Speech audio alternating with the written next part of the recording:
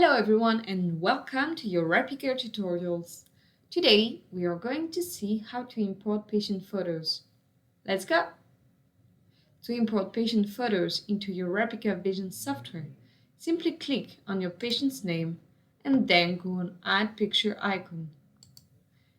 You have two options. On the one hand, you can add your photos via the Rayplicker Pics App Solution, which is our mobile application, and transfer them in a few clicks. The patient's name will be displayed on your left.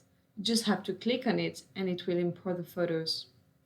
On the other hand, you can click on the Browse button, which will open a file explorer. You can then select the folder where are located the photos you want to upload. Click on it and select Open. As you can see, my file appears on the right side of my screen in the list of items related to my patient. I can easily locate my image using the camera icon. By double-clicking on it, you open a viewer that allows you to view your images, rotate them, or zoom in. Finally, you can save your changes by clicking on the button with the same name. That's all.